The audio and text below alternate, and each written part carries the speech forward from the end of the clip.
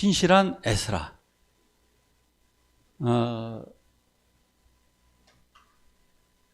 이스라엘 백성들이 나라가 무너졌을 때 정말 그것은 말할 수 없는 충격이었다라고 그랬습니다.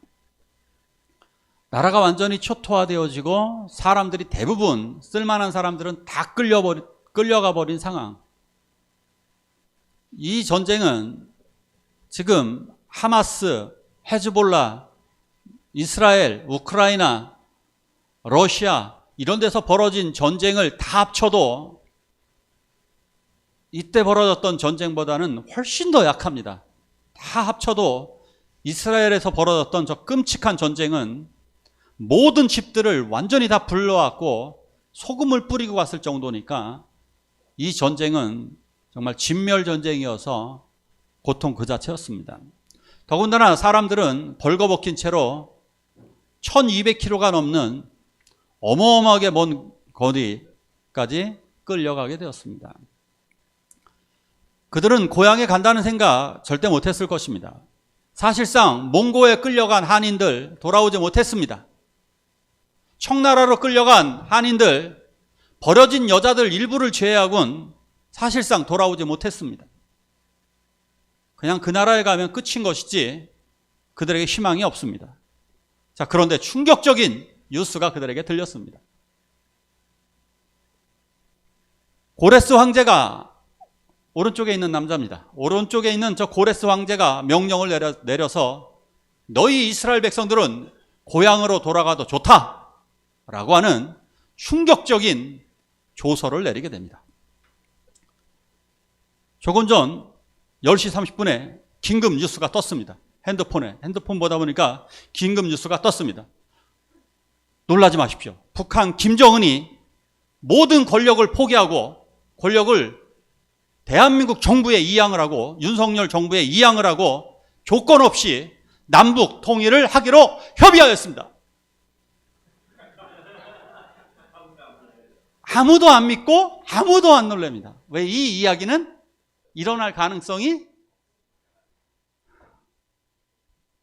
이 정도 충격적인 뉴스가 이 뉴스예요. 도대체 말도 안 되는 뉴스인데 70년 만에 고향으로 돌아가도 좋다라고 하는 뉴스가 나온 거예요. 너무나 충격적인 이 뉴스에 정말 감동할 수밖에 없었습니다. 그것도 그냥 가라 그러는 것이 아니라 돌아가서 예배당을 지으랍니다. 종교의 자유를 허락해줬습니다. 절대 종교의 자유 주지 않습니다. 바벨론에선 종교의 자유 없었습니다. 돌아가서 그것도 예루살렘 전을 건축하고 하나님을 마음껏 예배하라는 겁니다. 그리고 자기네가 훔쳐왔었던 예루살렘 성전의 기물들 5,400개를 다 돌려줍니다. 보물들, 이렇게 금으로 돼 있는데요. 금과 은으로 돼 있고 노수로 돼 있는 이 대단한 것들을 영국은 지금도 우리나라에서 훔쳐간 보물들을 돌려주고 있지 않습니다. 일본은 우리나라에서 훔쳐간 것들을 절대로 돌려주지 않습니다. 그런데 페르시아 고레스 황제는 가져가랍니다. 가져가서 마음껏 예배하랍니다. 놀라운 기적이 벌어졌고 결국 1차로 스룹바벨이라고 하는 총독이 이끄는 1차 선발대가 예루살렘에 5만 명을 이끌고 도착하게 됩니다. 그리고 그곳에서 성전을 짓고 하나님께 감격의 예배를 드렸습니다. 정말 노인들이 그걸 보고 펑펑 울었습니다. 젊은 시절에 끌려갔던 사람들이죠. 젊은 시절에 끌려갔던 사람들은 예루살렘 성전을 봤거든요. 근데 또다시 예루살렘 성전이 세워진 걸 본 사람들은 정말 펑펑 울었습니다. 이런 일들이 실제로 벌어지는 것이 벌어졌구나라고 하는 그 기적을 보고 눈물을 흘렸었습니다. 같이 말씀을 한번 읽어볼까요? 시작.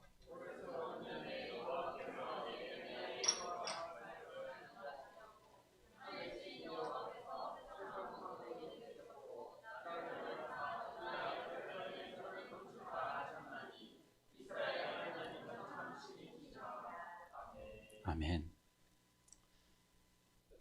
자, 포로 귀환을 허락한 페르시아의 황제는 왜 못 맞추세요? 조금 전에 얘기한 누가 그랬어? 꼭 이렇게 외우세요. 페르시아에서 유대인 포로 귀환, 1차 포로 귀환을 명령한 사람은 누가 그랬어? 고레스가 고레스. 이렇게 외우시면 되겠습니다. 고레스가 이런 고백을 합니다. 고레스가 고백한 겁니다. 자, 앞의 내용은 저자가 쓴 거고 뒤에 내용은 고레스가 쓰는 거예요. 앞의 내용 뭐냐면 고레스 원년에, 고레스는 이 오른쪽에 있는 이 사람의 이름이 그 영어로단 키루스예요. 키루스 황제. 키루스 황제. 저 고레스 황제가 예레미야 입으로 하신 말씀을 이루려고. 예레미야가 그랬지 않습니까? 70년 만에 돌아온다. 놀라운 일이 벌어진 겁니다. 놀라운 일입니다. 이사야 선지자도 고레스 황제 이름까지 예언해 놓았습니다. 200년 전에. 그러니까 왜 고레스 황제가 이러한 명령을 내렸을까? 자기네 나라에 도움 안 됩니다. 노동력이 나가야 되는 문제예요. 수없이 많은 인재가 나가야 되는 문제예요. 이거 국가에 굉장한 피해를 주는 거예요. 그런데 왜 이런 정책을 썼을까? 이것은 하나님의 뜻을 실현하기 위한 거예요. 고레스가. 왜 그랬는지는 오후 예배 때, 오후 예배 드리는 사람들은, 성도님들은 오후 예배 때 알게 될 것입니다. 왜 고레스가 이렇게 변했을까? 자, 고레스는 어쨌든 하나님이 참신이라고 하는 것을 고백을 하고 포로 귀환을 했습니다. 자, 그런데 70년 후에 또다시 아닥사스다 왕, 이름 바뀌었어요. 이 사람은 지금 현대 용어로다가 영화 300에 등장할 것 같아요. 크세르크세스. 크세르크세스라고 하는 왕이 아닥사스다 왕이에요. 이 왕이 2차로다가 다시 돌아가도 좋다고, 이거 또다시 70년 후에요. 70년 후에 1차로 보내고 나서 70년 후에 제2차로 다시금 너희들 고향 땅으로 돌아가도 좋다. 왜냐? 이스라엘의 하나님이 참신인 것을 알았노라. 오우, 크세르크세스도 하나님이 진짜 하나님임을 깨닫게 되는 사건이 벌어지게 됩니다. 바로 2차 포로 귀환 때 그 총 책임자가 바로 이 사람 에스라입니다. 에스라, 너는 네가 이번 2차로다가 예루살렘에 데리고 가라. 데리고 가는 사람은 1777명입니다. 왜 그러느냐 하면 예루살렘에 혼돈 상황이 오고 말았습니다. 이전에 스룹바벨이 죽고 나서 총독이 14번 이상 바뀌었습니다. 총독이 그냥 너무 자주자주 바뀔 정도로 혼돈스러웠습니다. 암살하는 경우도, 총독을 암살하는 경우도 있었습니다. 이스라엘 사람들이요, 자기들끼리 똘똘 뭉치는 것 같죠? 전혀 아닙니다. 이스라엘 사람들 지들끼리 말 엄청나게 많습니다. 그리고 지들 라빈이라고 총독 암살한 것도 자기입니다. 잘 죽입니다. 총리 암살 한 2번째인가 그렇습니다. 이스라엘 사람들 암살 많이 합니다. 네타냐후도 암살당할 가능성이 또 있습니다. 그러니까 이스라엘 사람들 절대 단합 안 됩니다. 지금 어쩔 수 없는 단합하는 것처럼 보여지고 말이 엄청나게 많은 사람들입니다. 유대인들이 말 많아요. 자, 그런 이 혼돈스러운 상황을 정리하게 하기 위해서 그 왕이 파견한 사람이 에스라입니다. 근데 에스라를 왜 보내느냐? 너 가서 율법 교육 좀 제대로 해, 이겁니다. 도대체 에스라가 누구일까요? 에스라가 아론 제사장의 16대 손입니다. 제사장 아론의 16대 손 제사장이었고요. 그리고 이 사람은 율법을 연구한, 율법, 성경을 베껴 쓴 서기관입니다. 서기관들은 성경을 베껴 쓰는 사람들입니다. 성경을 베껴 쓴 서기관이고, 그래서 성경에서는 이 사람을 학사라고 부릅니다. 학사. 그러니까 우리가 그 대학을 졸업하면 학사가 나오잖아요. 그 학사예요. 학사인 사람, 율법 학자인 분이 바로 에스라입니다. 그 에스라가 이들을 데리고 가서 2가지 권한을 줍니다. 너는 예루살렘 안정을 위해서 율법 교육을 시켜야 된다, 네가. 그리고 너는 그곳을 다스려라. 총독으로. 총독 겸 율법 학자로 예배도 주관하고 하는 사람으로 에스라를 보낸 겁니다. 고난도 많이 줍니다. 네 말 안 들으면, 에스라 너 말을 듣지 않으면 너는 귀양을 사형만 안 돼요. 사형만 빼고 귀양 보내도 되고 매로 때려도 되고 감옥에 가둬도 돼. 그러니까 네가 자유롭게 그곳에서 다스려라. 에스라가 그래서 그곳에 가게 되는 겁니다. 이게 엄청난 권한이 주어진 겁니다. 저 같은 목사에게 용이 시장이 되라고, 그래서 엄격하게 하나님 말씀으로 가르치라고. 이거 이러면 좋을 텐데. 저한테 용의 시장 권한을 주고 말 안 듣는 사람 때려도 되고 이러면 되게 좋을 텐데. 어쨌든 그런 에스라가 제사장으로서 총독까지 된 아주 특별한 사례입니다. 자, 이제 1777명을 데리고, 이 포로들을 데리고 예루살렘으로 가야만 합니다. 이게 얼마나 어려운 일일까요? 1777명입니다. 가는 길에 위협이 너무나 많아서 아하와 강. 발음이 잘 안 돼요. 아하와 강. 발음해 보세요. 되게 잘하시네요. 저는 못하겠어요. 아하와 강. 그 강가에서 금식 기도를 합니다. 금식 기도를 하고 떠납니다. 이들이 걸어가야 되는 거리는 무려 4개월 동안 걸어가야 됩니다. 고대 시대의 국가는요, 왕이 지멋대로 하는 게 아닙니다. 영주들이, 그리고 여기에 여러 나라가 있기 때문에 지나가다가 얘네들이 가만두지 않는 겁니다. 얘네들이 출입증을 요구하고 괜히 세금을 내라고, 과도한 세금을 내라고 할 수도 있고, 갑자기 감옥에 가둘 수도 있습니다. 이런 일들 비일비재합니다. 도적대가 나타날 수도 있고요, 강도가 나타나서 잠잘 때 습격할 수도 있습니다. 전염병이 걸려서 다 죽을 수도 있습니다. 음식은 어디서 구할 건데요? 싸가긴 하겠죠. 4개월 동안입니다. 물은 어떻게 할 건데요? 물갈이에서 다 죽으면 어떻게 하라고요? 물갈이로 죽으면 어떻게 하라고요? 자, 어떻게 됩니까? 이 힘들고 어려운 이 역경을 에스라는 뭐로 애썼어요? 기도를 애쓰라. 에스라는 기도를 애썼어요. 금식 기도하면서 여기에서 행진하는 겁니다. 그래서 우리 예수 믿는 사람들은 기도했으니까 행진하시기 바랍니다. 행진하라. 우리가 일하는 것은 기도했기 때문이에요. 일한 사람은 기도하시기 바랍니다. 일하실 분, 이사하실 분, 노하실 분 기도하시기 바랍니다. 결단하기 전에 기도하세요. 가는 과정에서도 기도하시고. 그래서 기도하게 될 때 놀라운 승리가 있게 될 것입니다. 그들은 기적적으로 하나님의 도우심으로 예루살렘에 무사히 도착해서 감사 예배를 드립니다. 기도하는 자는 실패하지 않아요. 자, 에스라의 회개 운동이 나옵니다. 에스라가 이제 예루살렘에 정착을 해서 이제 살게 하고 이제 주변을 조사해 보니까 심각한 일이 벌어졌습니다. 데리고 온 사람들 1777명을 잘 조사를 해보니까 이럴 수가. 이 사람들이 이방인하고 결혼한 겁니다. 율법에서는 엄격히 금지되어져 있습니다. 이슬람 사람들은 결혼을 할 때 개종을 하지 않으면 절대로 허용하지 않습니다. 이슬람 사람들하고 연애하면 그래서 이것만큼은 큰일 납니다. 부모가 야, 연애는 자유지, 뭐 결혼할 수도 있지. 하지만 만약에 이슬람 사람들하고 결혼한다고 그러면 진짜 이것만큼은 말리셔야 될 거예요.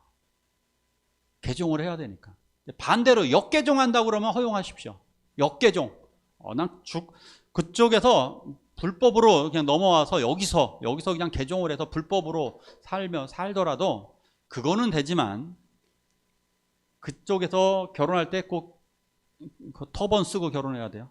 터번 쓰고, 여자들은 히잡 쓰고 결혼해야 돼요. 이런 거예요. 이스라엘 사람들도 결혼하려면 개종을 해야 됩니다. 개종을 해야만 되는데 개종을 하지도 않은 여자들이, 이방인 여자들이 온 거예요. 이게 어느 정도 충격적인 얘기냐면, 제가 교회가 이제 이쪽 송전 지역에 교회가 초토화가 되었습니다. 미래의 어느 날을 생각해 보는 겁니다. 미래의 어느 날 송전 지역의 교회가 초토화되어지고 교회가 단 하나도 없습니다. 그래서 제가 노구의 몸을 이끌고, 그래도 장로님들과 뭐 해보겠다고 우리 장로님들에게 이 장로님, 이지 장로님, 박 장로님, 이현문 장로님, 그리고 우리 집사님 몇 분을 딱 불렀어요. 와셔서 우리 개척교회 다시 시작합시다. 예! 이렇게 걸어오셨는데 어떤 여자를 데리고 와요. 봤더니 저런 여자를 데리고 와요. 부르카를 쓴 여자들을. 누구예요? 내 마누라요. 홍 집사님은, 강 권사님은. 이거 어떻게 하시겠습니까? 어떻게 할까요? 제가 지금 이 상황에 놓여져 있는 겁니다. 이 상황에 놓여진 거예요. 그러니 에스라가 여기서 주저앉아서 정말 엉엉 웁니다. 옷을 찢으면서. 이런 사람들을 데리고 어떻게 하나님의 말씀을 가르치란 얘기입니까? 문제는 알잖아요. 이 나라의 특징. 엄마들이 애들은 다 가르쳐요. 고대 시대의 자식 교육은 엄마들이 시키는 겁니다. 지금도 대부분 그러지만 옛날 어르신들은요, 아기를 안지 않았습니다. 옛날 어르신들은 아기를 보면 대부분 어르신들은 이랬습니다. 귀엽다는 소리 안 했습니다. 그냥 아기가 있으면 그냥 이겁니다. 귀엽다는, 더 뻣뻣한 사람은요, 고개도 끄덕이지 않고 아기가 있으면요, 이렇게 우리 아기구나, 끝입니다. 자, 그럼 교육은 어떻게 합니까? 얘네들 하나님 신앙 끝났습니다. 하나님 신앙 교육하려고 에스라가 이곳으로 파견되었는데, 총독으로 파견되었는데, 뭐 어떻게 하라는 얘기입니까? 한두 명이 아닙니다. 수없이 많은 사람들, 제사장, 레위인, 지도자들이 다 이방 여자, 이런 여자들을 데리고 왔습니다. 이곳에서 절망을 합니다. 아이고, 어떻게 하면 좋겠는가. 털썩 주저앉아가지고요, 너무 울다가 에스라가 말도 안 합니다. 그냥 이렇게 주저앉아갖고 하루 종일 이렇게 저녁까지 식사도 하지 않고 이렇게 주저앉아 있습니다. 그러니까 사람들이 한 명, 두 명 나와서 따라 울기 시작합니다. 한 명이 오니까 또 울고, 두 명이 온 사람들이 다 와가지고 에스라를 에워싸가지고 모든 사람들이 엉엉 울면서 회개 기도를 합니다. 그래서 거기서 회개 운동이 벌어져요. 에스라를 중심으로. 우리들이 신앙을 이렇게 잃어버렸구나. 그러면서 이러한 결단을 하게 됩니다. 결국 에스라가 이런 결단을 내리게 됩니다. 에스라가 이방 여자들을 내보내라. 이방 아내들을 내보내라. 이거 너무너무 어려운 일입니다. 이방인 아내들과 자식들까지 내보내라고 그랬어요. 왜? 오염되었기 때문에. 어떻게 자식을 내보내요? 어떻게 이방 여자를 내보내요? 근데 이거 지금의 관점으로 보면 안 됩니다. 이것만큼은. 이건 신앙의 순수성을 유지하기 위한 그 당시에 어쩔 수 없는 선택입니다. 만약에 그 당시 때 이 선택을 하지 않았다면 지금 유대인들 역사 속에 사라졌습니다. 하나님 신앙, 여호와 하나님의 신앙 사라지는 거예요. 그러면 예수 그리스도는 어떻게 태어나실지 모르겠습니다. 하나님의 신앙이 완전히 사라질 위기에 놓여져 있기 때문에 이방 여자들을 내어버려라. 그리고 그 아이들까지도 보내라는 겁니다. 너무나 힘겨운 결단이었습니다. 그때 스가냐가 이런 말을 합니다. 스가냐, 이 사람도 조그만 지역의 지도자입니다. 지금으로 치면 이동면쯤의 지도자, 이동면 지역에 사는 지도자 정도 됩니다. 이 사람이 이런 말씀을 합니다. 같이 한번 읽을까요? 시작.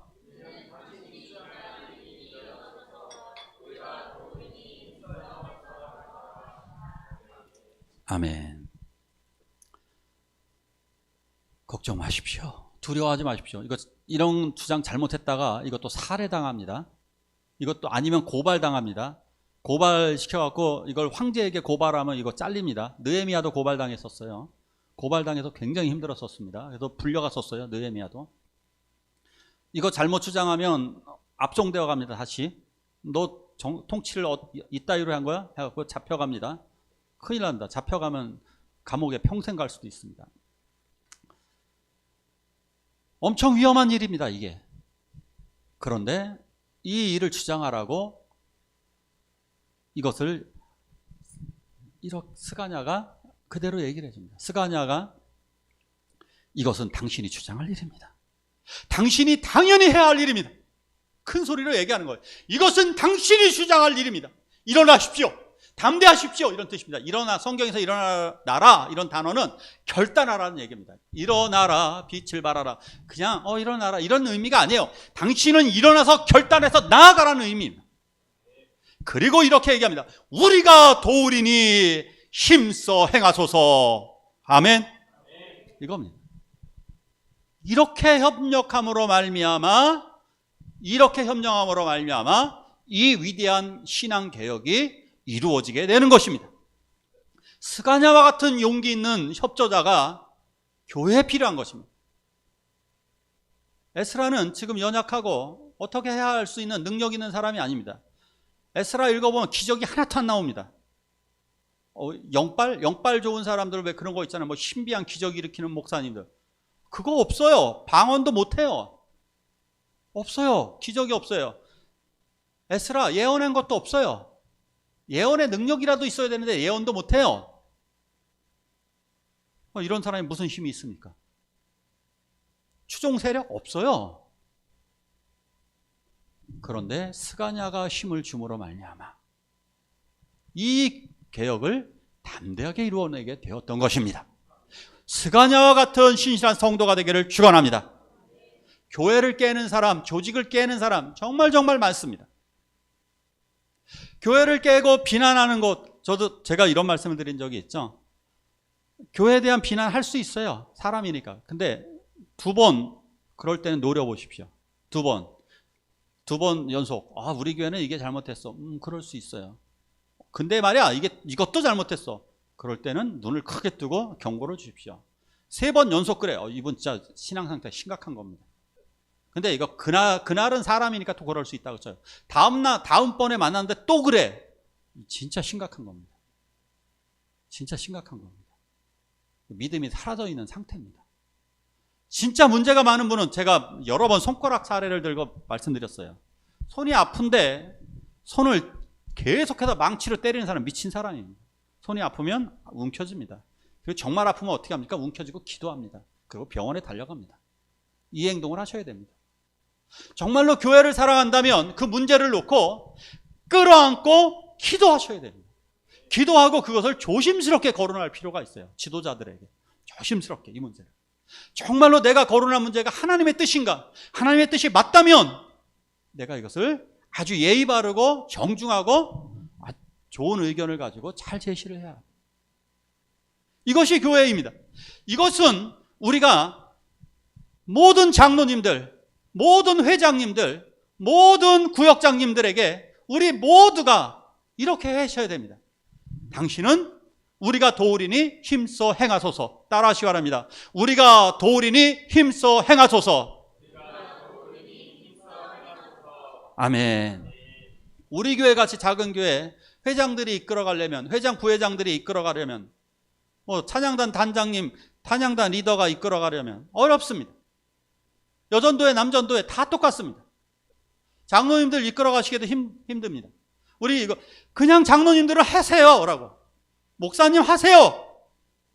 우리가 도우리니 힘써 하십시오. 기도로 내가 도울 테니. 이렇게 하게 되면서 놀라운 기적이 일어나게 되는 것입니다. 자, 여기서 근데 다시 한번 결혼에 관한 부분들은 의문이 남을 겁니다. 목사님, 그러면 불신자와 결혼하면 어떻게 되나요? 성경에 이미 나와 있어요. 불신자와 결혼하신 분들 그냥 살라 그러죠.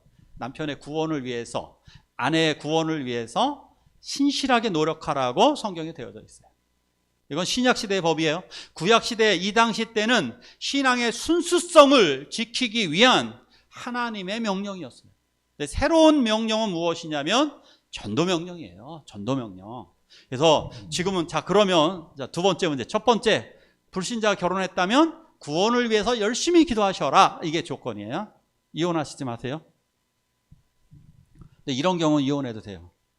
나와 있어요. 교회 못 가게 하면. 막 핍박해.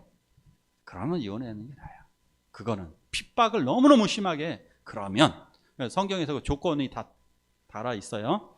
자, 근데 문제는 저 청년입니다. 우리 아들, 딸들이 결혼하는데 불신자를 만나네? 어떻게 해야 된다고요? 이것도 동일하게. 크리스찬만 만나면 결혼할 사람이 별로 없어요. 그래서 신앙생활을 할 수 있도록 잘 돕고 그것을 구해야 돼요. 근데 본인이 알아야 돼요. 내가 이 남자, 이 여자를 만났더니 내 신앙이 흐려지더라. 그럼 만나면 안 돼요. 상관없이 내가 오히려 끌어와야 되는 확신이 있을 때 불신자를 만나야 돼요. 확신이 없다면 정말 고민해서 안 만나는 게 나아요. 확신을 가지셔야 돼요. 확신. 그러니까 확신을 가지고 내가 비록 이 사람, 이 자매, 이 형제를 만나지만 내가 하나님의 은혜로 분명히 전도할 것이다라고 하는 믿음. 그리고 나는 노력할 것이다. 반드시. 이게 되면 괜찮은데 이것이 없으면 안 돼. 그래서 너무 심한 교단은 어느 정도까지 불신자 결혼 안 돼. 심지어 천주교인도 안 돼. 더 심한 교단도 있어요. 장로교 교단은 감리교도 안 된대. 이거 너무 진짜 신앙생활을 그렇게까지 하면 정말 안 됩니다. 이건 성경에도 나와 있으니까 성경적으로 잘 가시기 바랍니다. 자, 에스라는 영적인 개혁운동까지도 아주 잘 하셨던 분입니다. 율법 교육에 정말 혼혈의 힘을 쏟으셨습니다. 그림 자체가 그래서 이거로 나오는 겁니다. 이 말씀 있죠? 이거 늘 가르쳤던, 그래서 학사예요, 학사. 총독인데 학사예요. 말씀 교육을 한 신학자이자 목사님이자 뭐 이런 격이에요. 목사님이자 이런 사람이 있을까요, 없을까요? 현대시대에 있어요. 있었었어요. 네덜란드의 아브라함 카이퍼, 그 사람은 네덜란드의 총리이자, 그러니까 네덜란드의 실질 수상, 참 네덜란드의 수상이었어요. 네덜란드를 통치했고 거기에 신학 박사이자 목사였어요. 못될 건 없죠 뭐. 누군가 뭐 이런 분이 우리나라도 이런 분이 나오면 진짜 좋을 것 같아요. 기독교 국가를 만들지는 말고 다만 신학교 학자인데 좋은 목회도 잘하시고 막 이런 분이 뭐 목사님 대통령이 된다. 그럼 저는 괜찮을 것 같아요. 예전에 국회 부회장도 목사님이었으니까. 국회 부회장도 목사님이셨으니까 뭐 못할 건 없어요. 저는 뭐 그런 것도 괜찮다고 봐요. 자, 어쨌든 에스라 이분에 의해서 말씀 교육이 각 회당으로 들어가게 됩니다. 에스라가 무슨 생각을 했냐면, 에스라와 많은 사람들이 우리 민족이 망했던 이유가 뭐냐, 이걸 찾아보는 거예요. 자, 우리나라 초창기에 독립운동을 했던 사람들이 무슨 생각을 했습니까? 우리나라가 망한 이유가 뭐다? 교육자들이 생각한 게 뭐예요? 망한 이유가 뭐다? 교육이 부재해서 그렇다는 거죠. 교육. 그래서 교육, 한글 교육과 지식 교육, 이런 교육을 바꿨죠. 일본도 똑같아요. 일본이 그 유신 개혁을 할 때, 일본이 유신 개혁을 할 때 그 일본 요시다 쇼인이라고 하는 사람이 제일 먼저 한 게 뭐냐? 얘네들은 사무라이들이니까, 사무라이들이 공무원입니다.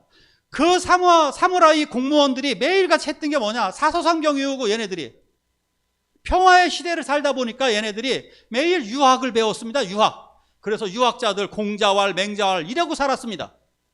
그런데 얘네들이 미국의 문물을 보니까 왜 큰일 났네. 우리 일본이 망하게 생겼네. 실제로 망했잖아요. 그러니까 얘네들이 무슨 생각을 하냐? 우리는 이제부터 신문물을 배워야 돼. 우리는 이제 서구를 배워야 돼. 그래서 미국과 유럽보다 엄청나게 많은 유학생들을 보낸 거예요. 그때부터 격차가 벌어져서 우리가 대한민국이 망하게 되는 거예요. 그러니까 이걸 알고 있었던 대한민국의 지식인들이 우리도 똑같이 교육개혁을 이루어야 된다. 그러지 않으면 대한민국 망한다. 그래서 한글교육 이루어지게 되는 거예요. 그것 때문에 대한민국이 살아있는 힘이 되는 겁니다. 독립운동 마찬가지고요. 자, 기억하십시오. 여기에서도 에스라가 회당을, 우리 민족이 망한 것은 하나님을 몰라서야. 그래서 어떻게 하냐? 이제부터는 마을마다 회당을 만들어. 어떻게? 12명이 모이면 회당을 만들어. 남자 12명이 모인 곳에는 무조건 회당을 만들어라. 이렇게. 그래서 그 회당에서 12명만 만나면 그 중에 한 명은 회당장, 너는 일하지 마. 너는 우리가 먹을 걸 줄게. 그게 11조예요. 그게 11조예요. 너희가 우리가 먹을 걸 줄게. 회당장 너는 그거 관리해. 예배 관리해. 예배. 그래서 거기에서 예배 드리면서 하나님의 말씀을 배운 거예요. 다 누구한테 배웠느냐? 에스라한테 배운 거예요. 에스라가 각 지역으로 보급하면서 이렇게 회당 교육이 이루어지게 돼서 유대인들은 가는 데마다 공부를 하는 거예요. 자, 율법만 배운 게 아니에요. 또 모이면은 학교를 만들어서 공부하는 거예요. 각 지역에 어딜 가든 회당에서 말씀 배우고 공부 배우고. 어땠겠어요? 유대인들이 똑똑하지 않을 수 없는 거예요. 세계 어디를 가나 12명만 모이면 무조건 학교를 만들고 무조건 회당을 만들어서 공부를 하니까 유대인들은 세상에서 가장 똑똑한 민족이 되는 거예요. 머리가 좋아서 똑똑한 민족이 된 게 아니라 공부를 많이 시킨 거예요. 가는 데마다. 그러니까 세계에서 자기들의 신앙을 잃지 않고 똑똑한 민족이 될 수 있었던 이유가 바로 여기에 있었던 것입니다. 대단하죠. 이거 에스라가 했습니다. 에스라는 또한 성경을 썼습니다. 성경, 뭐뭐로서 여러분들이 읽는 에스라 성경, 에스라도 썼습니다. 그리고 에스라 위에 있는 역대기, 역대상하, 이거 역대상하 에스라가 썼습니다. 에스라가 역대상하까지 쓰게 되는 정말 신실한 삶을 살았습니다.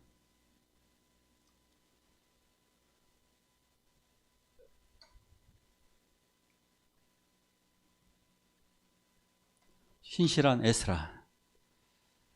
유대 민족들에게 성경을 제대로 가르쳐준 사람이어갖고 이스라엘 사람들은 지금도 에스라를 청지기의 모범으로 봅니다. 랍비들은 가장 뛰어난 스승으로 모세와 에스라를 꼽습니다. 그래서 탈무드라고 하는 책에서는 아예 이렇게 기록되어져 있습니다. 탈무드에서 만약에 에스라가 모세보다 먼저 태어났다면 율법은 에스라가 받았을 거다 라고 할 정도로 에스라 다음 모세와 견줄 만한 사람이다. 그 정도까지 보는 사람이 에스라입니다. 에스라를 통해서 하나님의 말씀이 살아나게 되었고 에스라를 통해서 그 성경을 하나로 다 묶어서 이 성경이 혈관처럼 흐르게 한 사람이 바로 에스라였습니다. 에스라의 인생을 한마디로 이야기하자면 에스라는 신실하다. 신실하다. 영어로 다 페이스풀. 페이스풀이라고 하는 것은 히브리어는 에무나 그런데 이거 신실 이 단어를 어디서 에무나라는 단어를 어디서 많이 쓰느냐? 하나님은 이스라엘 백성에게 신실하셨다. 하나님은 우리들에게 신실하셨습니다. 신실하다라고 하는 것은 진실하고 변함없이 사랑한다 이런 의미입니다. 진실하고 변함없이 사랑하는 것을 신실하다, 충성되다 이것을 신실. 그래서 충성된 단어와 신실하다라고 하는 단어가 같아요. 충성하는 사람은 신실한 사람이고 신실한 사람은 충성하는 사람입니다. 그 사람이 누구냐? 바로 에스라가 신실했다. 하나님은 오늘 우리들에게 이렇게 말씀하시는 겁니다. 에스라처럼 당신도 신실하기를. 혼인제도 문제를 왜 그렇게 중요하게 생각했느냐? 결혼을 잘못하면 인생이 망가질 수가 있잖아요. 결혼 잘못하면 굉장히 많은 고통이 따르잖아요. 이 결혼이 자녀들에게까지도 영향을 미치기 때문에 너무나 가슴 아픈 거기 때문에 우리 그리스도인들은 결혼에 대해서 정말 기도 많이 하셔야 돼요. 자녀 교육을 정말 잘 하셔야 돼요. 그래서 그것을 보여주신 분이 바로 에스라예요. 에스라, 말씀에 애쓴 사람, 기도에 애쓴 사람.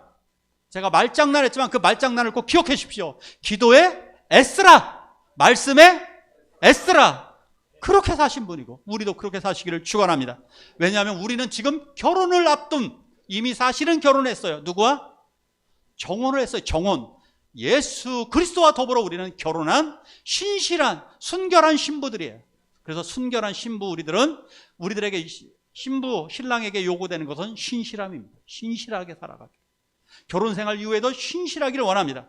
그래서 이런 사람이 마지막 날 그리스도와 더불어 거룩한 혼인잔치에 참여하게 될 것입니다. 할렐루야. 우리 같이 찬양.